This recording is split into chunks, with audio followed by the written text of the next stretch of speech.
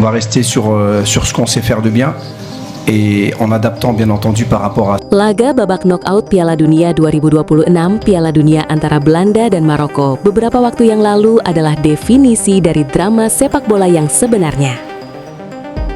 Skor 1-1 bertahan hingga akhir extra time, memaksa segalanya ditentukan melalui titik putih yang mematikan. Belanda, raksasa Eropa itu justru hancur lebur. 3 dari 5 algojo mereka gagal.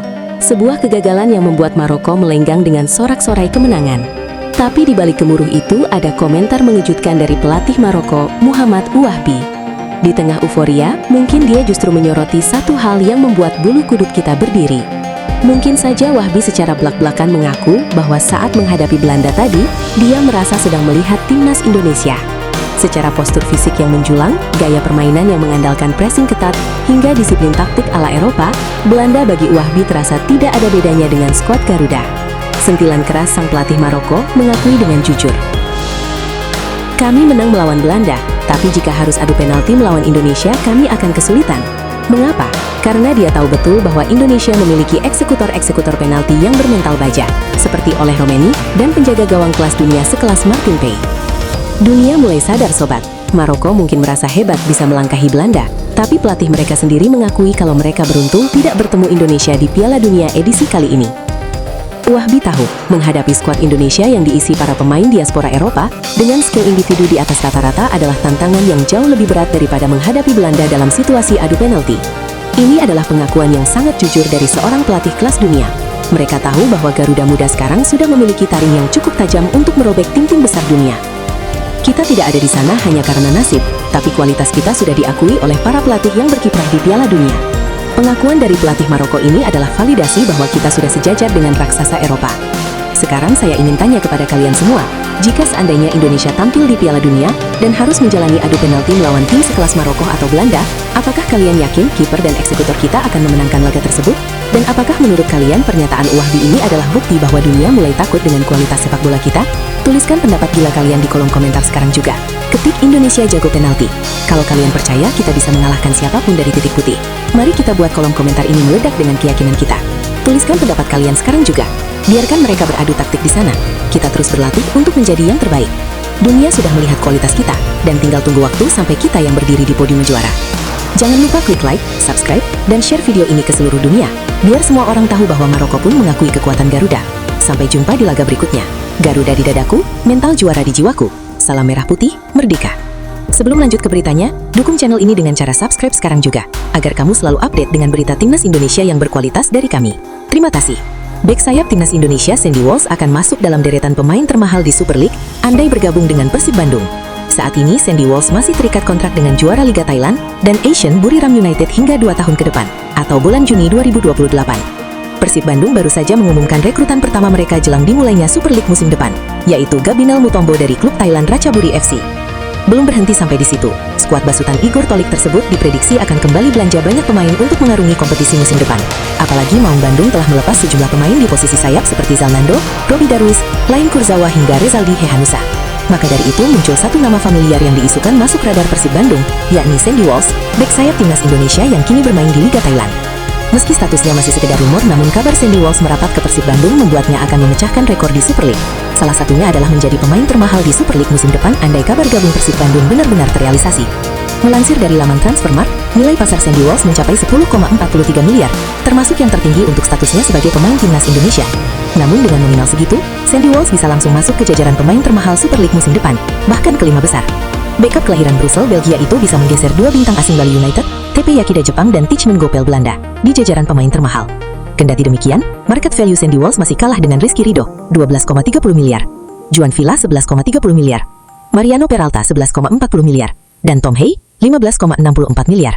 Namun ia akan menjadi pemain Persib Bandung kedua dalam peringkat 5 besar pemain termahal bersama Tom Hey, kompatriotnya di timnas Indonesia. Persib Bandung tampaknya harus membayar sejumlah uang kepada Buriram United andai benar-benar berminat datangkan Sandy Walsh musim depan. Ini karena Sandy Walsh masih terikat kontrak 2 tahun ke depan, atau hingga Juni 2028, dengan Buriram United setelah didatangkan dari Yokohama F. Marinos. Lebih jauh, Sandy Walsh juga merupakan pemain andalan pelatih Buriram United Mark Jackson, yang berperan dalam 3 gelar juara musim lalu, gelar Double Minors Liga Thailand, dan Piala FA Thailand disumbangkan untuk Buriram United, serta menjadi juara Asian Club Championship. Selain itu, 35 laga dijalani Sandy Walsh dalam 5 kompetisi berbeda yang diikuti Buriram. Dari semua itu, dia sukses mengumpulkan 5 gol dan 2 assist. Penyerang Persija Jakarta Excel Runtukahu percaya timnya bisa juara Super League 2026-2027. Dia baru mendapatkan perpanjangan kontrak selama 1 musim. Pada musim pertamanya di Persija, total 6 gol dan 3 assist sukses dipersembahkan dalam 23 pertandingan. Hasil ini membuat dia masuk radar John Hartman di timnas Indonesia dan sudah merasakan pemusatan latihan.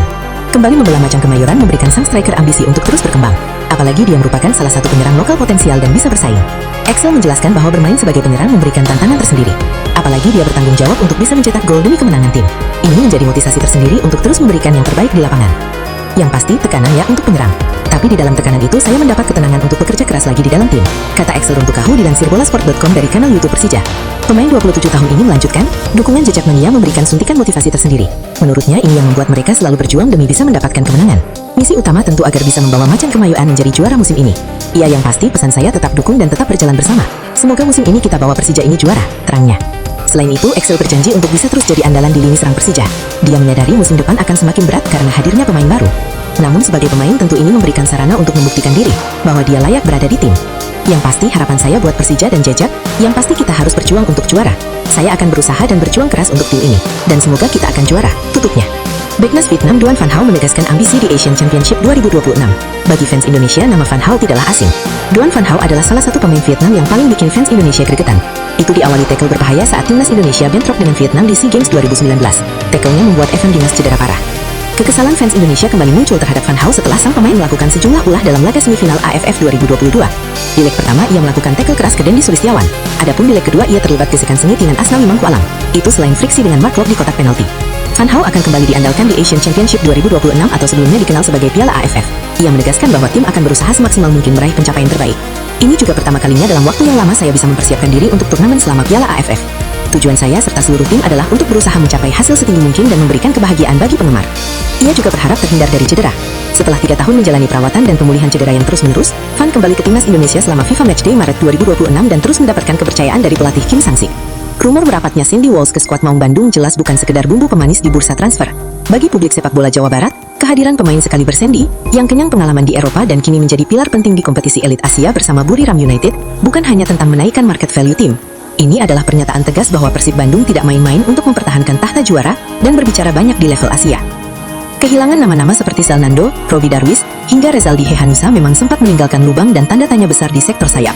Namun jika manajemen Persib berhasil menebus sisa kontrak 2 tahun Sandy di Thailand, posisi bek sayap kanan Maung Bandung dipastikan akan berada di level yang berbeda. Karakter permainan Sandy yang taktis, disiplin dalam bertahan, namun sangat progresif saat membantu serangan, dinilai menjadi kepingan taktik yang sangat sempurna untuk skema agresif yang diusung oleh Igor Talik. Duetnya bersama rekan kompatriotnya di timnas, Tom Hay, di lini tengah dan belakang Persib, diprediksi akan menjadi poros permainan paling mematikan di Super League musim depan. Namun tantangan terbesar jelas ada pada nilai tebusan kontrak. Buriram United tentu tidak akan melepas aset berharga mereka, mengingat Sandy adalah salah satu aktor kunci di balik raihan double minors mereka.